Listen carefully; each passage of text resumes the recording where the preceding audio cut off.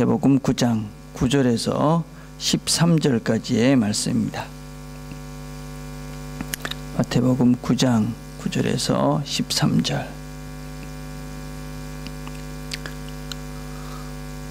제가 봉독하겠습니다.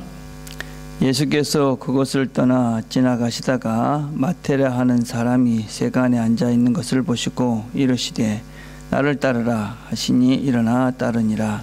예수께서 마태의 집에서 앉아 음식을 잡수실 때에 많은 세리와 죄인들이 와서 예수와 그의 제자들과 함께 앉았더니 바리새인들이 보고 그의 제자들에게 이르되 어찌하여 너희 선생은 세리와 죄인들과 함께 잡수시느냐. 예수께서 들으시고 이르시되 건강한 자들에게는 의사가 쓸데없고 병든 자에게라야 쓸데있느니라. 너희는 가서 내가 긍휼을 원하고 제사를 원하지 아니하노라 하시듯이 무엇인지 배우라. 나는 의인을 부르러 온 것이 아니요 죄인을 부르러 왔노라 하시니라. 아멘. 우리는 앞절에서 1절부터 8절까지는 예수님께서 죄를 사하시는 권세가 있는 분임을 세상 사람들에게 선포하시고 또 그 병자를 고쳐주는 말씀들을 같이 나눴습니다. 주님께서는 죄를 용서해 주시는 그런 하나님이십니다. 병을 고친다고 또 어떤 면에서 어떤 특별한 능력을 행한다고 하나님이 아니라 우리의 죄를 용서해 주실 수 있는 유일하신 분, 그분이 바로 우리 하나님이십니다. 그 하나님께서는 그럼 어떤 자들이 그 죄의 용서함을 받을 수 있는가 하는 것을 오늘 본문을 통해서 말씀해 주십니다. 주님께서는 오늘 가시다가 마태라 하는, 오늘 우리가 읽고 있는 이 마태복음을 기록한 마태를 부르십니다. 그는 세리였습니다. 세리는 그 당시에 아주 그 민족적으로는 아주 나쁜 사람으로 그렇게 인정되었던 자들입니다. 이 마태 세리는 그 당시에 세리가 됐다 그러면 법정에 증인으로 설 자격이 주어지지 않았습니다. 그러니까 이 사람은 거짓말을 많이 하는 사람이다 라는 것이 공인된 그런 직업이었습니다.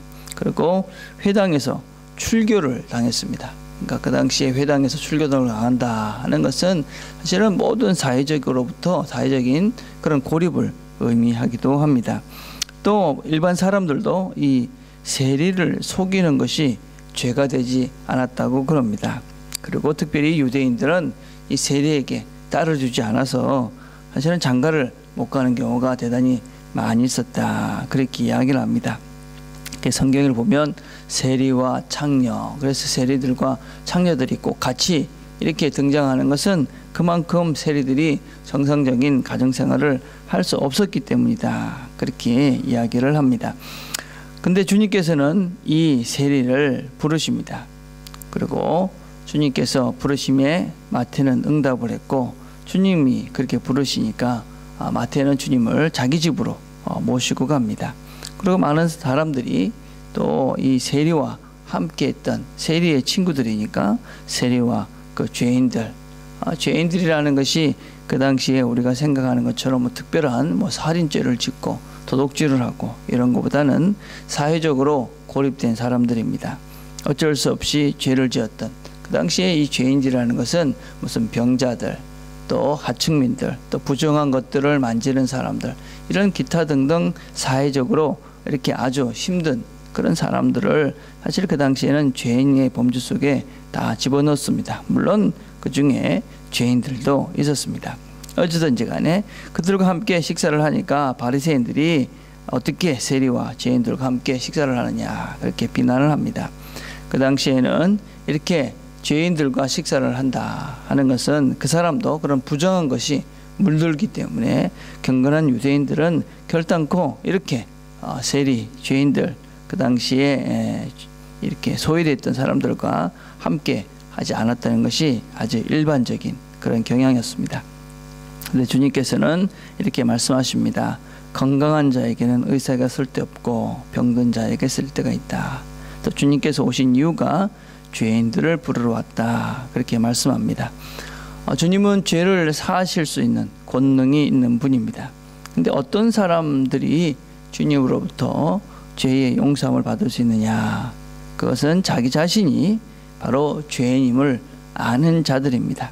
나는 아프다. 나는 죄인이다. 나는 의사가 필요하다.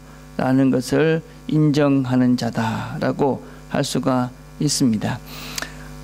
모든 사람이 다 죄를 지어서 하나님의 영광을 이루지 못했다고 성경은 분명히 말씀합니다. 죄를 지은 정도의 차이가 있을 뿐이고 사실은 그것도 큰 차이는 아닌 것이지요. 하나님 입장에서 보면 우리 모두는 다 죄인입니다. 근데 그 죄인인 됨을 인정하는 자가 있고 나는 그렇지 않다라고 이야기하는 사람만이 있을 뿐입니다. 물론 그것도 좀 더 냉정하게 생각해 보면 자기 자신은 자기가 누구인지를 알기 때문에 나는 의인이야, 나는 죄를 안 졌어, 이렇게 얘기할 수 있는 사람은 아무도 없다고 생각합니다. 단지 사람들에게 나는 너보단 좀 나아, 그러면서 스스로가 자신을 합리화하고 자신을 괜찮은 사람이라고 스스로가 그렇게 생각하고 싶을 뿐입니다. 우리 모두는 다 죄인됨을 알고 있고 우리는 내 스스로가 하나님을 찾았었고 또 내 죄 문제를 해결할 수 없는 자임을 다 알고 있습니다. 그래서 그렇게 자기 자신이 의사가 필요한, 나는 영적으로 아픈 자다라는 것을 인정하는 자, 그리고 나는 죄를 짓는 자다라는 것을 인정하는 모든 자들, 그런 자들은 하나님으로부터 죄 용서를 받을 수가 있습니다. 왜냐하면 주님께서는 바로 그런 사람들을 위해서 오셨기 때문에 그렇습니다. 자, 그런데 주님은 그렇게 죄 용서하는 것으로 끝나는 것이 사실은 아닙니다. 주님은 그런 죄인들을 부르셔서 함께하고 그들을 하나님의 길을 따라오도록 그들과 함께 하시며 인도해 가십니다. 주님께서는 마태를 불렀습니다. 제자로 부른 것입니다. 이 부르심은 사실은 그 마태에게만 해당이 되는 것은 아닙니다. 저는 성경을 읽다 보니까 과연 예수님께서는 이 12명의 제자, 이 사람들만 불러서 처음부터 12명을 작정하고 그 12명의 사람들만 너 나를 따라서 내 제자가 되라 그러셨을까? 그런 것이 아닌 것 같아요. 주님께서는 사실은 이렇게 나를 쫓으라 그렇게 부른 사람들이 상당히 많이 있습니다. 그러나 그 중에 그렇게 제자들처럼 적극적으로 순종하고 응답하고 그를 쫓은 사람들, 그 사람들이 12명의 사람으로 선택되어져서 지금도 우리에게 12사도로 전해져 오고 있는 것이지요. 그래서 하나님의 부르심에는 특별한 자격이 없습니다. 그는 세리였습니다.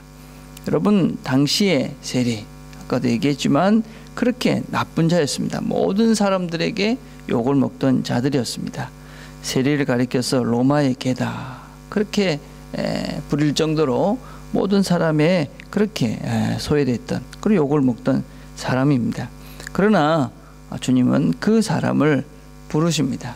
그리고 그를 제자로 삼으셨고, 그리고 그는 이 주님의 일대기를 쓰는 마태복음을 기록하는 사람이 되어집니다. 그래서 하나님께서는 어떤 사람을 쓰시는가? 자기 자신이 죄인됨을 고백하는 자, 그를 고쳐주십니다. 그것뿐만 아니라 그런 사람들을 부르십니다. 그래서 그와 함께 사역에, 하나님의 그 영광스러운 사역에 동력하도록 그들을 부르십니다. 그렇게 부름에 응답하는 자, 다른 자격은 아무것도 사실은 필요치 않습니다. 단지 그분이 부르실 때에 내가 너를 불러서 사용하겠다, 그렇게 그가 주님께서 우리를 부르실 때에 응답하는 그 사람을 주님께서는 사용하셔서 하나님의 영광스러운 일에 그들을 통해서 그 영광스러운 일들을 이루어 가십니다. 하나님께서는 오늘도 우리를 부르러 이 땅에 오셨습니다. 우리가 죄인이기 때문에 우리를 부르러 오셨습니다. 그것뿐만 아니라 우리를 부르셔서 하나님의 영광스러운 일에 사용하고자 우리를 또한 그의 사역의 현장으로 우리를 부르십니다. 오늘도 여러분들을 그렇게 부르실 것이고, 여러분들이 그 부르심에 하나님 말씀에 순종하는 순간 우리는 하나님의 영광스러운 일에 동참하게 되고, 그래서 그 일을 통해서 하나님의 나라가 확장되어져 가는 것을 우리가 볼 수 있게 될 것입니다. 세상 사람들은 아무런 힘도 없고, 세상 사람들은 가치가 없고, 세상 사람들이 보기에는 별 볼일 없어 보이지만 우리가 주님의 부르심에 순종하는 그 순간 우리는 하나님의 영광스러운 그 일에 동참하는 자가 된다 하는 것을 명심하시고, 오늘도 주님께서 부르시는 그 부르심에 순간순간 반응함으로 하나님의 은혜를 누리는 저와 여러분이 되기를 간절히 바라겠습니다. 기도하겠습니다.